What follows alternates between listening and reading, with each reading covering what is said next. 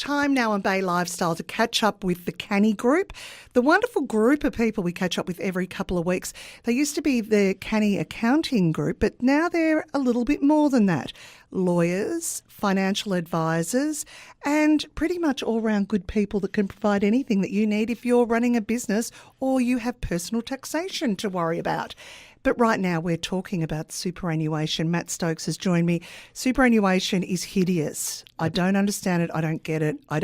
And what's even worse is it's all changing from July 1st. That's right. Matt. Yes. Make it easy. Well, that's what we're here for, I guess, Roxy, to try and make it a little bit easier. But there are a number of things changing that stemmed from last year's federal budget, and they're changing on 1st of July this year. I remember talking to you last year about these changes, and you said, next year, and we'll talk about it soon. And here it is. Yep. All right, so do you want to start with, there's the non-concessional contribution, aka the NCC, and there's the cap has been reduced. Explain what that means. Yeah, so non-concessional contribution means effectively after-tax money. So if you've got money sitting in a bank account or a non-super investment, you can make what they call a non-concessional contribution into superannuation if you wish.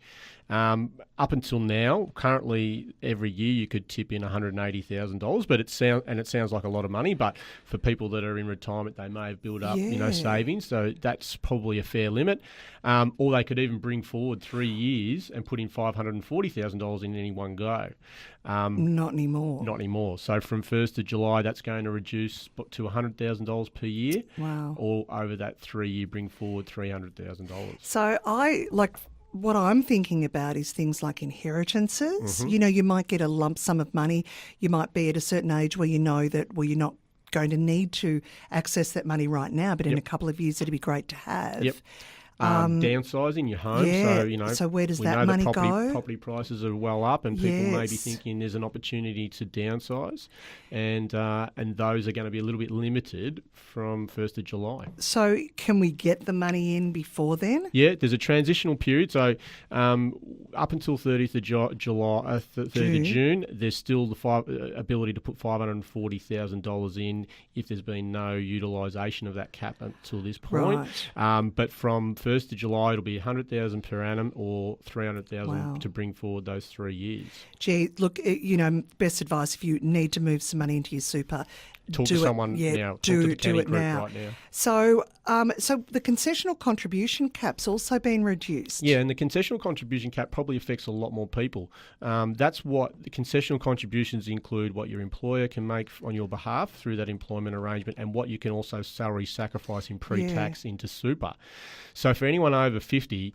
Currently, that's $35,000 per annum, but that's been reduced to $25,000 per annum. So really, someone approaching retirement over 50, 55, 60, they're trying to they've probably paid down their mortgage, their debt, so they've got excess cash that they could they would want to be putting that into the super so that it's going to, it's a better tax position to have, of course, but also then gives you, you don't pay... there's not, what's the other word I'm looking for? It's to do with tax.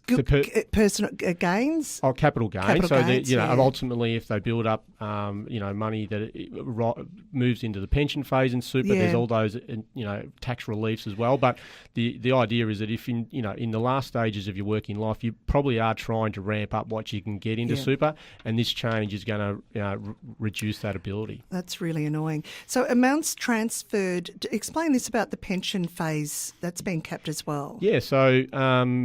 Pension phase is a tax advantaged environment when it comes to superannuation. So people accumulate super and then they move it into the pension phase to draw an income stream down on. Now, $1.6 million is going to be a new cap that you can put into that pension phase. So up until now, it's sort of been an open. Well, it could be anything, yeah. And admittedly, $1.6 million is quite a bit to have, but it's important for people. Not when you're going to potentially live for another 30 years without any income. So people need to be aware that is also a cap that's been introduced from 1st of July. And just before we finish up, because we could talk about this all day, and it's really important stuff.